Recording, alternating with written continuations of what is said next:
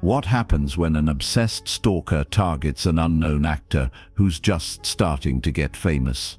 When that actor is Bruce Willis in 1985, still filming a TV show nobody thinks will make him a star, and the person trying to kill him has been planning for months, who stands between the threat and the target. And when David Hasselhoff happens to be visiting the same studio lot on the same day with a car that can detect weapons from 50 yards away, how does coincidence become salvation? This is the story of the day Bruce Willis almost died on the Moonlighting set, and why he never forgot the man who stopped it from happening. It was a warm Tuesday in October 1985. ABC Studios, Century City, Los Angeles. Moonlighting was filming its first season, a romantic detective comedy that paired Sybil Shepherd with a relatively unknown actor named Bruce Willis. The show had premiered in March to decent ratings, but wasn't yet the hit it would become. Bruce was 30 years old, previously known for small roles and bartending jobs, suddenly playing a wisecracking detective opposite an established star, trying to prove he belonged in front of a camera. The set was busy that afternoon. They were shooting an exterior scene in the studio parking lot, a chase sequence that required multiple takes and careful choreography. David Hasselhoff was on the same lot that day, not for Moonlighting, but for a meeting with NBC executives about Knight Rider's fourth season. The meeting had ended early, and David was walking back to where KITT was parked, enjoying the October sunshine and the rare hour of downtime in his schedule. KITT, the Knight Industries 2000, sat in a visitor parking area about 100 yards from where Moonlighting was filming. David could see the crew setting up lights, hear the assistant director calling for positions, watch the organized chaos of television production. He'd been there himself countless times. Then KITT's scanner pulsed rapidly. The voice came through David's portable communicator. "David, I'm detecting a concealed weapon. Approximately 60 yards from your current position, moving toward the Moonlighting production area." David stopped walking. "You're sure?" "Quite certain.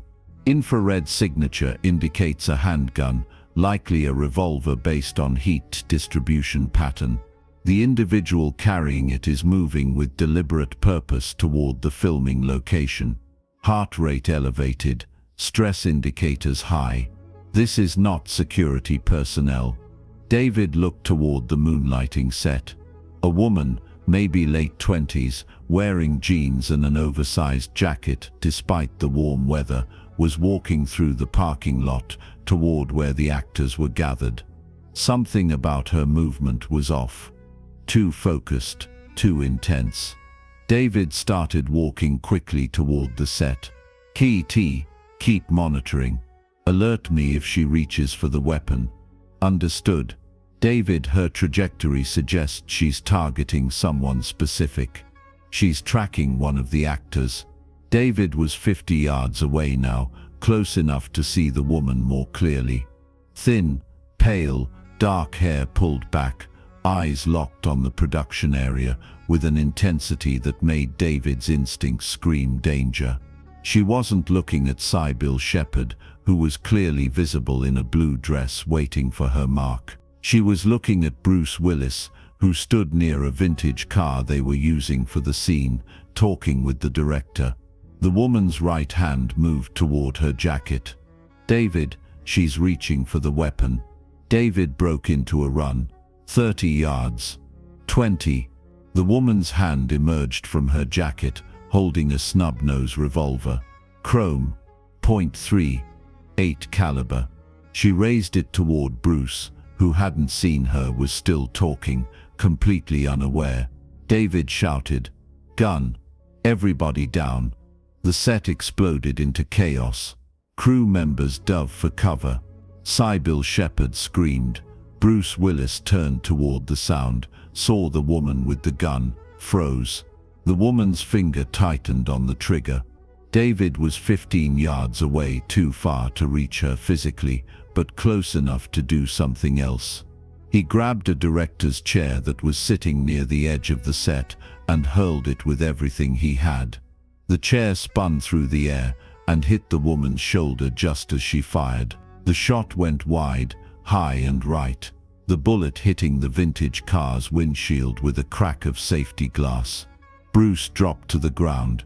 Security guards who'd been on the other side of the set were running now, radios squawking. David reached the woman as she tried to aim again, knocked the gun from her hand with a sweeping strike, pushed her to the ground, pinned her there. She was screaming. Not words, just screaming, crying, thrashing. David held her down, heart pounding, adrenaline surging, waiting for security to arrive. They were there in seconds, 3 studio security guards, then LAPD, who'd been doing traffic detail at the studio gate, then more police.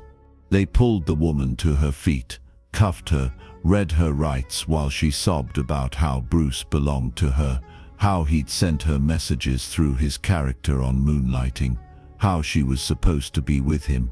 Classic delusional stalker psychology. The detective who arrived 10 minutes later would confirm she'd been sending letters to the production office for months, increasingly disturbed, increasingly threatening. ABC security had flagged her as a concern, but hadn't yet escalated to restraining order level. That would change now. Bruce Willis stood 20 feet away, pale, shaking, staring at the bullet hole in the car's windshield. If David hadn't thrown that chair, if the shot hadn't gone wide, that bullet would have hit Bruce in the chest. Center mass. Probably fatal. Sybil Shepherd was sitting in her trailer, being attended to by a medic for shock. The director was on the phone with ABC executives, explaining what had just happened. The set was shut down for the rest of the day. David gave his statement to the police, explained he'd been walking nearby, heard his car's security system alert him to a concealed weapon, ran to intervene. The detective raised an eyebrow at security system, but didn't push it. Results mattered more than methods. Hasselhoff, you saved that man's life. No question. If you hadn't acted when you did, we'd be processing a homicide scene right now. An hour later, after the police had left, after the woman had been taken to psychiatric evaluation and booking, after the set had been cleared and the production shut down, Bruce Willis found David sitting in KITT near the edge of the parking lot. Bruce knocked on the window. David opened the door. Bruce looked at him, really looked at him, and David saw something he recognized. The aftermath. The shaking realization of how close death had been. Bruce's voice was rough. I don't know how to thank you. I don't even know what to say. You saved my life. That's not a thing you can thank someone for with normal words. David nodded. Are you okay? I'm alive. Because of you. That's more okay than I would have been 5 minutes later. How did you know? How did you see her before anyone else did? David gestured to KITT. My car has advanced security sensors. It detected the weapon, alerted me. I ran. Bruce looked at KITT, at the scanner sweeping across the front grille, at the sophisticated interior visible through the open door. That's the Knight Rider car. The one from your show. Yes. It really works like that. The security detection. It really works like that. Bruce let out a breath that was half laugh, half shock. I thought it was Hollywood special effects. I had no idea it was real. Jesus, a talking car just saved my life by detecting a gun from 100 yards away. This is the strangest day I've ever had. You're going to be okay, David said. The shock will wear off, but you should talk to someone about it. What you just experienced, almost being killed, that stays with you if you don't process it. Bruce nodded slowly. ABC's bringing in a therapist. They're also upgrading security on the show. Apparently this woman sent dozens of letters. Nobody took it seriously enough. Stalkers are unpredictable, David said. Fame brings strange attention. You're going to get more famous, Bruce. Moonlighting's getting good buzz. You're good in it. This kind of attention might happen again. You need to take it seriously. I will. Trust me. After today, I'm taking everything seriously. Bruce extended his hand. David shook it. Firm grip. Eye contact. The handshake of someone who understands they owe you something that can't be repaid. If you ever need anything, David, I mean it. Anything. You call me. I don't care what it is. You gave me my life back today. That's a debt I can never settle. But I'll spend the rest of my life being ready to try. Moonlighting went on hiatus for 2 weeks, while ABC upgraded security protocols and Bruce worked with a therapist to process the trauma.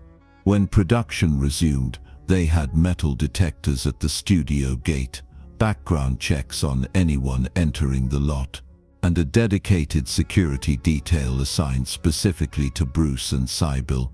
The stalker, a woman named Jennifer Kessler, was charged with attempted murder and found not guilty by reason of insanity.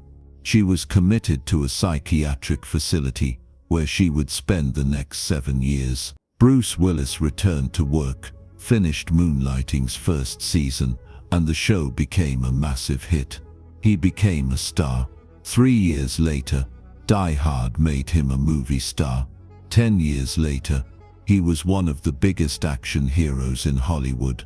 And through all of it, he never forgot the day on the Moonlighting set when David Hasselhoff threw a director's chair to save his life. They stayed in touch over the years. Not close friends, but more than acquaintances. The kind of bond that forms when someone sees you at your most vulnerable and helps you survive it. Bruce sent David a signed poster from Die Hard with a note. To David, you taught me that heroes aren't just on screen. Thanks for being a real one when it mattered. Bruce, years later, when David's career hit rough patches, when the tabloids were brutal and the industry moved on to younger stars, Bruce called him, offered support, offered work on projects he was producing, reminded David that loyalty runs both ways. You were there for me when nobody knew my name. I'm here for you now. That's how this works. The story of what happened on the Moonlighting set became Hollywood legend, though most people got the details wrong. Some versions said David tackled the stalker. Others said KITT drove onto the set and blocked the shot. The truth was simpler and somehow more meaningful. David saw danger, ran toward it instead of away from it, and did what needed to be done with the tools he had available. A security system that worked, reflexes that didn't hesitate, and the willingness to put himself between a gun and a stranger. That's what heroes do. Not because they have special powers or perfect training, because when the moment comes, they choose action over safety, courage over calculation, and someone else's life over their own comfort. Bruce Willis was 30 years old, unknown, just starting his career when someone tried to end it. David Hasselhoff was 33, famous from Knight Rider, successful and busy, with no obligation to intervene in someone else's crisis. But he did, and because he did, Bruce Willis got to have a career, a life, a family, and decades he wouldn't have had otherwise. The debt was never settled because debts like that can't be. But the gratitude remained. And the lesson both men learned that day, that the line between tragedy and survival is often just one person's decision to act when it matters, shaped how they both approached the rest of their lives.